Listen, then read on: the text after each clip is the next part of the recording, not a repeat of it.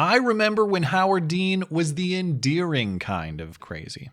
When political passion got the best of him and a bizarre moment of enthusiasm cost him what looked like a promising bid for the White House. And we go to South Dakota and Oregon and Washington and Michigan. And then we're going to Washington, D.C. to take back the White House.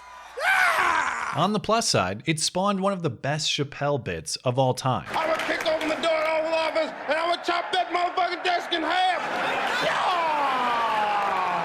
And then I would grab the Secret Service like this and put my hair like and say, yeah! But at least Dean was a good sport, reenacting that moment last summer at the Democratic National Convention. It's going to be one in Colorado and in Iowa and North Carolina and Michigan and Florida and Pennsylvania, and then we're going to the White House. Trouble is, that was the single most enthusiastic moment for Hillary ever recorded, and she went on to lose all the states he mentioned except for one, but hey, A for effort. Turns out those were the moments of sanity for Howard Dean, though. At least relatively speaking. Because while I can enjoy the type of entertaining crazy that just backs a political candidate I oppose, I have a tougher time enjoying the type of crazy that seeks to undermine the most important value in our political and social structure. Last week, Dean joined the chorus of intellectual cowards endorsing UC Berkeley's attempt to block Ann Coulter from speaking on campus after students invited her, tweeting with reference to an Ann Coulter joke about wishing the New York Times had been hit by Timothy McVeigh that hate speech is not protected by the First Amendment. And at the time, I responded with my favorite hate meme, Donald Trump commanding him at gunpoint to delete this right now. Of course, that's in jest, but the question remains, why would Dean view Coulter's violence-based joke as hate speech, but not that violence-based meme? Or maybe he would view that meme as hate speech and say I should be subject to prosecution for posting it. Thankfully, if you ask the Supreme Court, the only opinion that matters, Anne is free to reminisce about the coulda-beens of domestic terrorists, and I am free to deliver satirical threats digitally to a man who has fallen all the way from presidential frontrunner to safe space organizer in only a decade's time. But as much as that tweet bothered me, and others, it is still just a tweet. Dumb tweets are written and forgotten faster than you can think. Howard who? Oh yeah, that guy. So let Howard Dean say something stupid, meme him, and move on. The trouble is, he didn't move on. He doubled down, later tweeting that Ann Coulter's words about defensive violence from Trump supporters are not protected speech by virtue of the fighting words doctrine established in the Supreme Court case of Chaplinsky versus New Hampshire in 1942. So instead of just admitting that his original tweet was wrong, Dean scrambles for some story about Ann Coulter's tweets from a year ago and cites a Supreme Court case from the 1940s that appears to support his position. But you know it's just hasty desperation, because Dean doesn't give you the full picture in making his case. If he was making this argument in 1942, perhaps he'd be on solid ground, but he isn't. And what he doesn't tell you is the scope of the Chaplinsky case has been narrowed significantly since then. I often hesitate to dive into case law, both because I am not a constitutional law expert and because for most people, it's incredibly dry. But in this case, I will. Because as free speech advocates, it is increasingly important that we understand what the court has said about the First Amendment, so that we know how to respond when speech suppressors like Howard Dean try to claim that certain types of speech aren't or shouldn't be allowed. Howard Dean is wrong, and we should know exactly why. On April 6, 1940, Walter Chaplinsky, a Jehovah's Witness, was passing out pamphlets on a sidewalk calling organized religion a racket. An unruly crowd gathered, and after a police warning to cease, Chaplinsky called an officer a goddamned racketeer and a damned fascist. For that, Chaplinsky was arrested, charged, and convicted under a state law forbidding intentionally offensive speech directed at others in a public space. Take a moment to appreciate the irony here. In Dean's view, calling a cop a fascist, well, those are constitutionally unprotected fighting words. But casually call Trump a fascist, hey, That's just the type of invigorating free speech you can find nightly on MSNBC. I have never seen anybody called a fascist, let alone the leading candidate of the party. Max Boot, who is the Marco Rubio guy, who just says he's a fascist, full stop. He's earned the title. Anyway, returning to the case. In writing for a unanimous court, Justice Frank Murphy decided in favor of the state of New Hampshire, reasoning that so-called fighting words, or words which by their very utterance inflict injury or tend to incite an immediate breach of the peace, are not constitutionally protected because they are of such little social value that any benefit they bring is clearly outweighed by the social interest in order and morality. And thus the fighting words doctrine was born. At the time, the court reasoned you don't have a First Amendment right to speech that would prompt a reasonable person to violent response. And while maybe you could try to make the case that Anne's joke about Timothy McVeigh in the New York Times, or her encouraging Trump supporters to be more forceful with their defense, could prompt a reasonable person to violent response, that's not exactly the standard anymore. The court significantly narrowed the scope of that standard in subsequent decades, but funny, those cases aren't part of Howard Dean's citations. 7 years after the Chaplinsky decision, Arthur Terminiello, a Catholic priest in Chicago,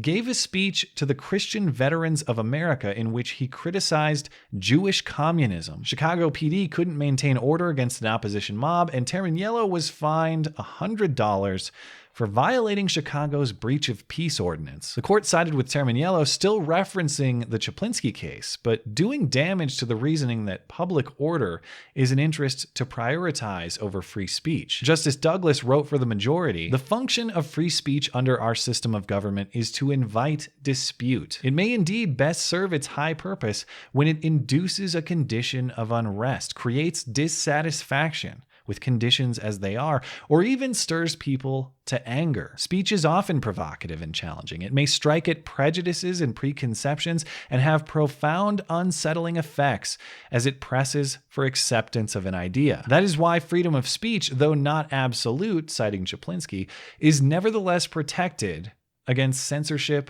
or punishment." In 1971, the court heard the case of Cohen versus California, in which 19-year-old Paul Robert Cohen was arrested for wearing a jacket that said "fuck the draft" inside the LA County Courthouse. He was convicted of violating a California law against maliciously and willfully disturbing the peace. In siding with Cohen, the court refused to consider his "fuck the draft" jacket as fighting words because no individual actually or likely to be present could reasonably have regarded the words on Cohen's jacket as a direct personal insult. The majority held that fighting words were only those personally abusive epithets, which, when addressed to an ordinary citizen, are, as a matter of common knowledge, inherently likely to provoke violent reaction. A year later, in 1972, the court affirmed the Cohen ruling that simply vulgar or offensive speech is protected in the case of Gooding versus Wilson, where a Georgia man was arrested protesting the Vietnam War. And while the court decided that the Georgia law under which he was charged was overbroad and ruled that its application to the man's conduct was unconstitutional,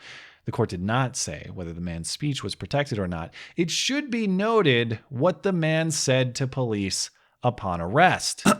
Oh boy. "White son of a bitch, I will kill you. You son of a bitch, I will choke you to death. You son of a bitch, if you ever put your hands on me again, I will cut you to pieces." If the court sided with that speech on First Amendment grounds, even if indirectly, I have to imagine Ann Coulter is safe from Howard Dean's charges. What Howard Dean doesn't tell you is the fighting words doctrine has been reduced to a very narrow area of unprotected speech. Personally abusive words exchanged face to face in a manner that is likely to provoke a violent reaction. By definition, Ann Coulter's tweets do not do that. While it's true that the fighting words doctrine established in Chaplinsky is still technically good law because it's never been explicitly overturned, at every revisitation, the court has opted to narrow its scope and side with freedom over restriction, But Howard Dean won't tell you that. He also won't tell you that the fighting words doctrine doesn't really apply to Ann Coulter anyway, because generally